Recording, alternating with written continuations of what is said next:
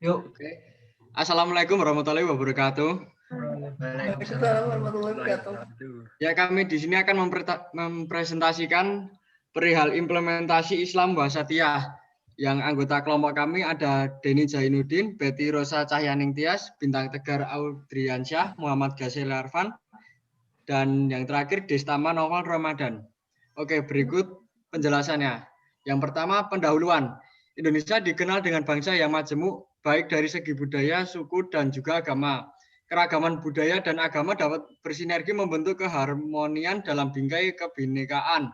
Keragaman budaya sering dianggap sebagai kekayaan sebuah bangsa yang diasumsikan akan bersinergi dengan nilai ekonomi melalui wisatawan. Tetapi keragaman agama sering dijadikan kekhawatiran terhadap kerukunan dan kemajemukan sebuah bangsa. Selama ini potensi yang dikerahkan oleh pemerintah untuk membangun keragaman budaya diharapkan akan meningkatkan indeks per kapita kehidupan ekonominya. Tetapi pembangunan dalam bidang agama masih terbatas untuk menjaga stabilitas bangsa dan negara. Dalam artian, kemajemukan agama belum mampu dikelola secara maksimal untuk keutuhan dan kesejahteraan bangsa. Tahun 2015 merupakan momentum yang bersejarah bagi perjalanan wacana keagamaan di Indonesia. Di tahun itu terdapat 3 pesta demokrasi akbar kekuatan Islam di Indonesia, yaitu NU, Muhammadiyah, dan MUI. NU bergelar pesta demokrasinya yang ketiga-tiga di Jombang yang berlangsung dari tanggal 1 sampai 5 Agustus 2015. Sementara Muhammadiyah bergelar Muktamar Akbarnya yang ke-47 di Makassar yang dimulai tanggal 3 sampai 7 Agustus 2015. Dan yang terakhir kemudian disusul Munas Majelis Ulama Indonesia yang ke-9 yang digelar Surabaya tanggal 24 sampai 27 Agustus 2015.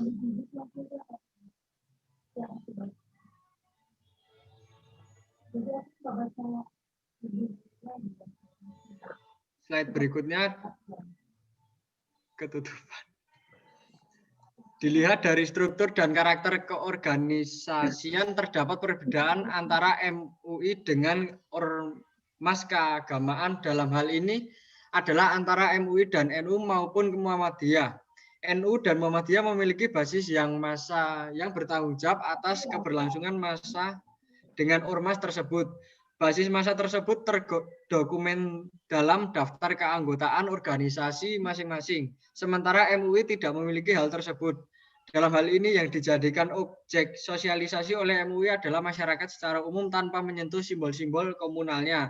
Tentunya sentuhan ini lebih bersifat kesadaran dan kerelaan, bukan sebuah instruksional organisatoris. Tema yang diusung oleh Munas MUI Islam Wasatiyah untuk Indonesia dan dunia yang berkeadilan dan berkeadaban, memberi makna esensial terhadap komitmen MUI untuk mengembangkan Islam Wasatiyah di Indonesia. Makna wasati tersendiri menurut panitia yang sebagai penggagas tema bermakna Islam yang berkeadilan, moderat, seimbang, berkemajuan, dan toleran. Selain itu, istilah itu juga mengandung arti komitmen terhadap kebangsaan. Dari paparan latar belakang di atas, muncul kegelisahan akademik sejauh mana keputusan dalam Munas MUI tersebut tersosialisasikan kepada struktur organisasi di bawahnya. Sehingga keputusan tersebut dapat dipahami dan dijalankan dalam program kerjanya. Kegelisahan tersebut difokuskan dalam 3 pertanyaan, yaitu bagaimana pandangan dan pemahaman konsep Islam Wasatiyah, bagaimana implementasi konsep Islam Wasatiyah dalam program kerja, dan yang terakhir faktor pendukung dan penghambat implementasi konsep Islam Wasatiyah Majelis Ulama Indonesia di Karisidenan Madiun. Oke, berikutnya. Yang kedua, pembahasan pandangan MUI tentang konsep Islam Wasatiyah. Konsep makna Wasatiyah. Secara bahasa, kata Wasatiyah berasal dari kata atau huruf wasyato, yang berarti sesuatu yang ada di tengah atau sesuatu yang memiliki dua belah ujung yang ukurannya sebanding. Dari ketiga huruf tersebut ada 2 bacaan. Yang pertama, sya dibaca sukun wasato, dan kedua huruf sya dibaca fathah wasyato. Yang pertama menunjukkan bahwa kata tersebut berposisi sebagai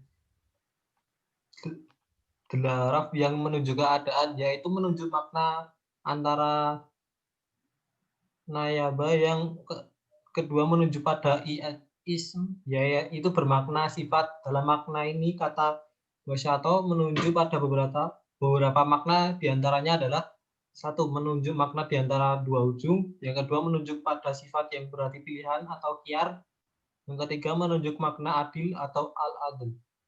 Menurut istilah wasatiyah adalah sikap moderasi perilaku umat baik dalam keadilan dan prestasi atau pilihan, sehingga mampu menjadi penyeimbang dalam kehidupan dan yang berbasis pada kesadaran dan pertimbangan yang bijak. Al-Khardawi mendefinisikan wasatiyah yaitu sikap atau sifat moderat, adil atau dua pihak yang berhadapan atau yang saling bertentangan, sehingga salah satu dari mereka berpengaruh dan mempengaruhi pihak lain, dan tidak ada pihak yang mengambil alih haknya yang lebih banyak dan mengintimidasi pihak lain. Dari definisi tersebut, wasatiyah akan menjadi netral dari dua sikap yang ekstrim dari kedua titik, seperti titik antara nilai kemanusiaan dan nilai rubaniyah, antara ruh dan materi, antara dunia dan akhirat, antara akal dan wahyu, yang lalu dan yang akan datang, individu dan sosial, antara idealitas dan realitas, antara yang tetap dan yang berubah. Antara titik-titik yang ekstrim tersebut diharapkan ada yang menjembatani sehingga kedua belah pihak saling memberi manfaat dan potensi masing-masing dengan seimbang, tanpa ada yang berlebihan dan ada yang kekurangan. Sementara agama atau al-din yang sering dikaitkan dengan kata al-khayyim atau khiyaman atau khaimah, ini memberikan koreksian bahwa menisbahkan kata wasat sebagai sifat agama sebenarnya kurang mendesak. Dengan demikian, penggabungan kata wasyatiyah kepada kata Islam nampaknya kurang tepat karena kata wasyat dalam Al-Quran dijadikan sifat kepada umat, bukan kepada agama atau al-din. Agama memiliki konsep tunggal, konsisten, dan tidak berubah menurut keadaan, zaman, dan peradaban yang harus menyesuaikan dengan konsep agama. Jika dikatakan Islam wasatiyah, maka dalam waktu yang sama berarti ada Islam yang tidak wasatiyah. Di dalam surat Al-Baqarah ayat 143, kata wasyato sering dimaknai sebagai adil dan pilihan, karena tambahan terhadap sesuatu yang di luar batas yang diperintahkan dikategorikan sebagai sifat yang ifrat. Sementara pengurangan dari yang dipastikan masuk dalam kategori tafrid, kedua sikap ini menunjuk pada sifat tidak jujur dan tidak profesional. Konsep makna wasatiyah menurut MUI. Dari makna wasatiyah secara konseptual, Majelis Ulama Indonesia Karesidenan Madiun memberi makna wasatiyah tidak keluar dari makna konseptualnya. Hanya saja konseptual makna tersebut akhirnya disederhanakan agar lebih mudah dipahami dan diterapkan. Dalam hal ini, kata wasato memiliki 5 makna, yaitu 1. Pertengahan, 2. Akomodatif, 3. Adil, 4. Moderat, 5. Pilihan. Dari kelima makna tersebut, antara satu makna dengan makna yang lain saling menguatkan bahwa umat Islam diharapkan menjadi umat yang pertengahan yang mampu hidup berdampingan dengan sesama manusia, akomodatif terhadap lingkungan sehingga dapat berbagi peran, adil yang mampu menjaga keseimbangan, moderat yang mampu diterima oleh komunitas lain, dan pilihan yang mencerminkan kualitas sehingga diberi kepercayaan oleh umat lain. Prinsip dasar konsep Islam wasatiyah, Majelis Ulama Indonesia atau MUI melalui munasnya yang ke-9 yang dilaksanakan di Surabaya pada tanggal 24 sampai 27 Agustus 2015 merumuskan konsep wasatiyah sebagai mainstream dan cara pandang dalam menerapkan ajaran Islam yang sesuai dengan konteks budaya dan kemajemukan bangsa. Ada 10 prinsip konsep wasatiyah dalam menjalankan nilai-nilai Islam dalam kehidupan yang majemuk, yaitu 1. Al-tawasud atau mengambil jalan tengah, 2.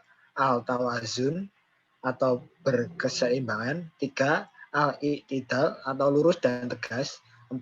Al-tasamuh atau toleransi, 5. Al-musawat atau egaliter, 6. Al-syura atau musyawarah, 7. Al-islah atau reformasi, 8. Al-aulawiyah atau mendahulukan yang prioritas, 9. Al-tatawur wa al-ibtikar atau dinamis dan inovatif, Yang ke-10 al-tahadlar atau berkeadaban. Yang selanjutnya yaitu pandangan MUI tentang prinsip dasar konsep wasatiyah. Konsep makna wasatiyah sebagaimana yang telah diuraikan di atas. Ketika kata tersebut disandingkan dengan kata Islam, maka kata tersebut akan mengalami perubahan makna. Perubahan tersebut bisa terjadi karena harus menyesuaikan dengan konsep Islam itu sendiri. Atau bisa jadi konsep Islam yang menyesuaikan dengan konsep kata tersebut. Karena makna yang akan dirumuskan dalam penelitian ini adalah bersumber dari pandangan dan pemahaman dari subjek yang bersifat kolektif dan jamak, maka penelitian menggunakan kerangka berpikir secara filsafat untuk memudahkan dalam merumuskan kerangka konsep makna. Dalam hal ini, penulis menggunakan pendekatan kerangka berpikir filsafat yang ditetapkan menjadi 3 ranah, yaitu aspek ontologi, aspek epistemologi, dan aspek aksiologi. Yang pertama yaitu aspek ontologis. Istilah Islam wasyatiyah memang tidak disebut secara langsung oleh Al-Quran. Kata wasyat justru disebut berseberangan dengan kata ummah. Dua-dua kata, tetapi kata wasyat ketika disandingkan dengan kata Islam lebih dipahami sebagai penciri dan pengukus dari konsep ajaran Islam secara total. Ketika kata wasyat dipandang sebagai penciri dari Islam, maka sifat Muslim terhadap Islam sebagai agama diawali dengan sikap keyakinan dan kepasrahan yang utuh.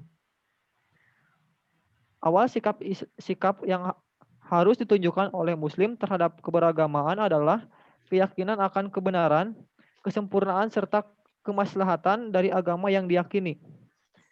Salah satu penciri wasyatiyah atau kemoderatan agama samawi adalah ajaran keseimbangan antara duniawi dan ukhrawi, ruh dan materi, dan lain-lain. Islam dalam menyampaikan konsep ajaran dan syariatnya kepada umatnya, memberikan jaminan bahwa syariat yang disampaikan itu adalah kondisional dengan hal ihwal manusia. Dalam konteks ini, hal penting yang menjadikan Islam dapat diterima oleh manusia adalah adanya jaminan keseimbangan terhadap 2 aspek.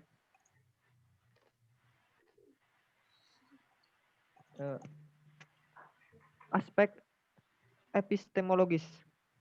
Di poin sebelumnya yang telah dijelaskan bahwa dalam konsep keyakinan Muslim terhadap Islam, bahwa dia adalah ajaran yang tidak asing bagi manusia. Konsep tersebut difirmankan oleh Allah secara langsung tanpa didahului oleh musyawarah dan pertimbangan-pertimbangan lainnya. Konsep wasyatiyah secara ontologis tidak dapat berdiri secara konsep wasyatiyah sebagai paradigma kesadaran terhadap ajaran yang menjembatani antara Tuhan yang memiliki kekuasaan di antara kekuasaan manusia syar'i dalam menetapkan aturan. Dan sisi lain, manusia sebagai mukhalaf yang memiliki kelemahan dan keterbatasan dalam menjalankan ketetapan Tuhan. Konsep Islam wasyatiyah memberi dan syariah serta muslim mukhalaf memiliki hubungan timbal balik. Sementara mukhalaf akan menyesuaikan diri dengan syariat. Dalam konsep pemahaman, Islam wasyatiyah harus dipahami dalam tataran rasional yang berbasis pada metodologi. Khazanah Islam klasik telah mewariskan segudang teori penalaran dalam rangka menjembatani antara teks wahyu yang terbatas telah selesai dengan realitas yang terus berkembang. Dengan dinamika logis secara pandang inilah, Islam akan selalu update pada setiap zaman dan tempat. Yang selanjutnya ada aspek aksiologis. Secara aksiologis, konsep wasyatiyah dipahami oleh Majelis Ulama Indonesia atau MUI sebagai sikap kearifan yang mengedepankan kemaslahatan, kebersamaan, dan ukhuwah atas pendapat dan pengalaman individu. Demi menjaga ukhuwah dan keberlangsungan Majelis Ulama Indonesia, sebagai majelis pertemuan dan silaturahmi antara ulama, umat dan umat memposisikan dirinya sebagai tenda besar untuk menunjukkan kesiapannya menampung siapapun yang berkenan untuk singgah. Faktor pendukung aktualisasi konsep Wasatiyah. Pertama, wilayah Karesidenan Madiun termasuk kategori wilayah selatan. Demografi wilayah selatan ikut mendukung budaya kebersamaan. Mayoritas penduduk yang menetap menjadikan hubungan antar masyarakat semakin kental. Ditambah lagi terjadi interaksi keluarga yang masih kental, menjadikan suasana sosial semakin kuat. Kedua kondisi tersebut menjadikan paham dan konsep Wasatiyah mudah untuk diterima oleh masyarakat. Kedua, wilayah Karesidenan Madiun adalah wilayah Mataraman. Wilayah Karesidenan Madiun adalah bekas kerajaan Mataram yang sebelumnya telah mengenal ajaran Islam. Di wilayah ini terdapat ratusan pondok pesantren dengan berbagai corak dan ciri masing-masing, mulai yang bercorak modern, salaf, dan thariqat. Keberagaman corak dan tradisi intelektual ini memberikan pelajaran bagi masyarakat untuk menerima keragaman pemikiran. Ketiga, wilayah Karesidenan Madiun memiliki sejarah masa lalu.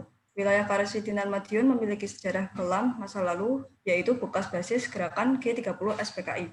Di wilayah ini juga banyak asal tokoh-tokoh PKI. Bahkan Madiun pada tahun 1948 pernah dideklarasikan sebagai wilayah komunis. Dari sejarah masa lalu ini memberikan andil budaya moderasi bagi masyarakat Muslim. Mereka akan berpikir jika mereka bercerai-berai, maka akan dikalahkan oleh musuh yang menjadi musuh bersama, yaitu komunis. Adapun faktor penghambatnya. Pertama, adanya suara ketidakterwakilan dari sebagian elemen kecil keagamaan. Kelompok ini memiliki pandangan keagamaan yang terlalu eksklusif. Mereka menganggap bahwa program-program MUI kurang merespon ide dan gagasan mereka. Mereka menginginkan bahwa politik kerja MUI adalah aksi real terhadap masalah di lapangan, khususnya yang bernuansa politis dan kebijakan. Kedua, pesta demokratisasi yang membuka peluang keterlibatan sebagian anggota MUI dalam kontestasi politik dukung-mendukung. Telah disadari bersama bahwa MUI adalah organisasi dakwah yang bebas dari kepentingan politik praktis dan mazhab tertentu. Akan tetapi, anggota MUI yang merupakan keterwakilan dan utusan dari ormas dari golongan tertentu kadang-kadang tidak lepas dari keterkaitan dengan politik, baik secara langsung maupun tidak langsung. Dalam kondisi ini, maka MUI tidak bisa memberikan aturan secara ketat, karena ada beberapa alasan bahwa menurut yang bersangkutan, apa yang dilakukan dan disampaikan adalah bagian dari dakwah amar ma'ruf nahi mungkar. Namun di sisi lain ada keterwakilan dari unsur lain yang merasa terganggu dengan sikap sebagian anggota tersebut. Ketiga, kuatnya dominasi dan doktrinasi ormas keagamaan terhadap paham keagamaan dan ketaatan kepada tokoh ormas keagamaan. Munculnya kekuatan ormas Islam dalam satu wilayah menunjukkan adanya kekuatan Muslim di wilayah itu. Karena khususnya di Indonesia, Islam selalu diidentikan dengan dua kekuatan ormas Islam, yaitu Nahdlatul Ulama atau NU dan Muhammadiyah. Di sisi lain, kuatnya dominasi kedua ormas tersebut, ketaatan terhadap kepemimpinan lebih didominasi oleh pengaruh dari masing-masing organisasi. Implikasinya kadang-kadang umat lebih memilih dan mendengar terhadap apa yang digariskan dan diputuskan oleh organisasinya. Meskipun kita sadari bahwa keputusan sebuah organisasi, pertimbangan pertama yang diambil adalah berdasarkan visi, misi, dan tujuan organisasi itu sendiri.